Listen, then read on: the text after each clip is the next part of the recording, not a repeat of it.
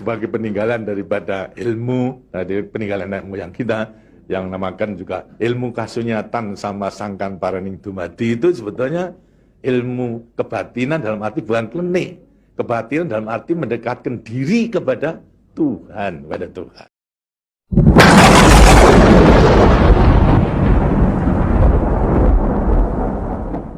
Sebetulnya orang yang bisa mengetahui daripada aksara Jawa itu bisa mengetahui daripada jati dirinya sendiri. Mau diterangkan ini? Sebetulnya kalau menerangkan itu harus malam Jumat sebetulnya.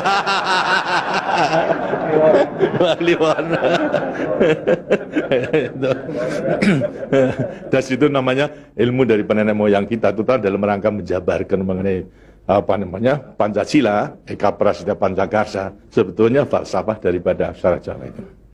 Kan daripada aksara Jawa ada 20 tuh, Hono Coroko, Doto Sawolo, Podo Joyono, Mogo Bodomo, 20 itu. Itu betul-betul merupakan gambaran daripada nenek moyang kita untuk menjelaskan kepada kita mengenai sangkan paran kita, sangkan paraning dumadi. Dari mana kita akan kemana daripada kita itu. Nah, kemudian akan bisa mengetahui dirinya sendiri selama hidup di dunia. Disebutkan Hono Coroko. Ho itu daripada apa? Hono. Hono ada.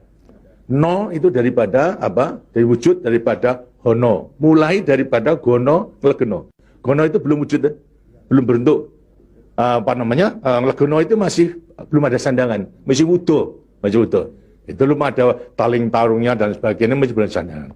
Terus Hono. Jadi manusia itu memang dilahirkan, diciptakan oleh Tuhan, mulai daripada Hono hurip. Huripnya siapa? Nur daripada Tuhan Yang Maha Kuasa. Lantas diciptakan oleh manusia terdiri pada tanah, kemudian air, lantas hawa dan juga api. Apa itu? Ya daripada semua tumbuh-tumbuhan yang ada ini. Tumbuh-tumbuhan ini kan butuhkan dari tanah, butuhkan daripada air, butuhkan daripada matahari, itu pula daripada hawa. Daripada tanam-tanam dimakan daripada manusia, ada laki maupun perempuan, akhirnya menjadi cacat dari mani.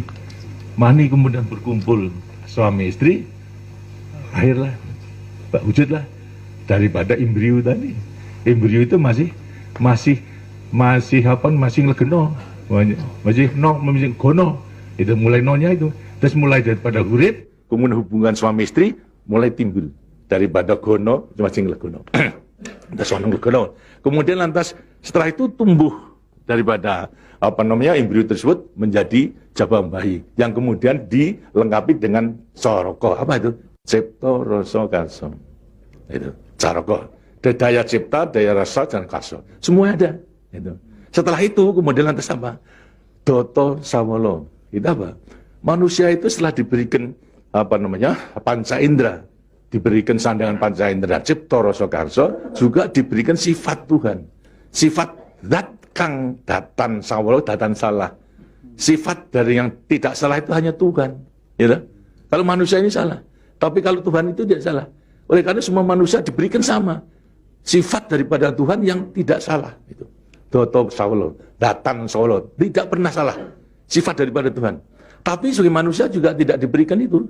Diberikan sifat yang bertentangan dengan sifat baik itu, sifatnya Tuhan. Yang jelek. Kalau kita misalnya sabar, kan juga punya hati berangasan. Ya. Nah, kemudian lantas kita jujur. Tempo-tempo juga penipu. Ya. Semuanya diberikan sifat itu, sifat yang bertentangan dengan zat kang datan sawolo. Tahu sama kekuatannya, podo joyonya. Dua sifat juga bertentangan yang sama kekuatannya. Sama kekuatannya. Ada pada kita itu kalau kita menerima. Itu. Tinggal sekarang manusianya sendiri. Itu. Manusianya sendiri setelah mengetahui diberikan dua sifat yang bertentangan, yang sama kekuatannya, akan diapakan ini? Itu. Lantas sekarang Doto Sawolo, Podo Joyo, Mogo Bodong. Mo itu sukmo, go itu satu. Itu Mogo Bo badan. Jadi selama sukmo masih satu dengan badan, sukmo masih manunggal badan, Manusia itu hidup. Selama itu masih ada, diuji dalam rangka dua sifat yang bertentangan tadi. Itu. Yang bodoh joyo tadi. Itu. Lantas, tapi kalau kemudian lantas sukma sudah pisah dengan badan, itu lantas apa? Badannya tinggal jadi apa? Badan. Nah, tinggal pertanyaannya, sukmanya mau kemana? Sukmanya mana? Ya terserah kepada saudara-saudara semua. Mana-mana itu. Jadi semuanya tergantung pada dirinya. Semua diberi perlengkapan yang sama. Tuhan Maha Hadir, tapi tinggal kepada dirinya masing-masing dalam mengendalikan. Kalau mau yang diujar itu adalah memang yang bertentangan, yang jelek, bukan sifat Tuhan, ya tempatnya juga sudah ada. Di neraka, tidak bahagia di dunia, di akhirat nanti. Tapi kalau yang dikendalikan atau yang dilayani itu adalah sifat daripada Tuhan, ya dengan sini akan dekat kepada Tuhan. Karena Tuhan itu kan tidak mewujud, gitu. Tidak bentuk, ya, tapi sifatnya ada. Jadi kalau kita mau kembali dekat kepada Tuhan, ya membawa sifat yang baik itu, sifat Tuhan kepada Tuhan. Itu sebenarnya gampangnya daripada rahasia hidup itu sebetulnya hanya itu saja. Tapi tidak tergantung pada saya, tergantung pada saudara-saudara sendiri dalam rangka pengeterapannya itu. Gitu. Makanya itu coba pelajari daripada semua ini, daripada untuk mengendalikan dua sifat yang bertentangan tadi itu dengan dirinya agar supaya betul-betul bisa menempati. Kemudian di samping itu juga Tuhan itu memberikan suatu takdir kepada sifat kodrati daripada manusia.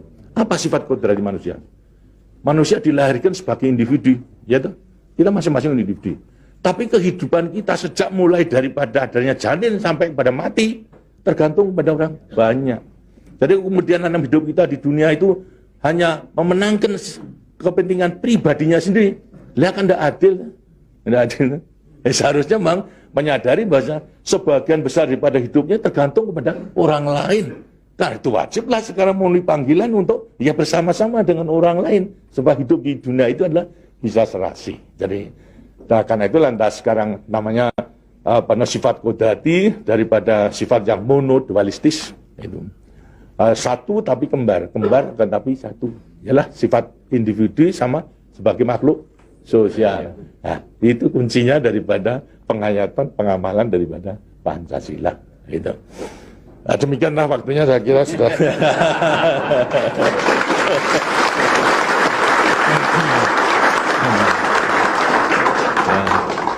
Walaupun ini tidak cuma kliwon,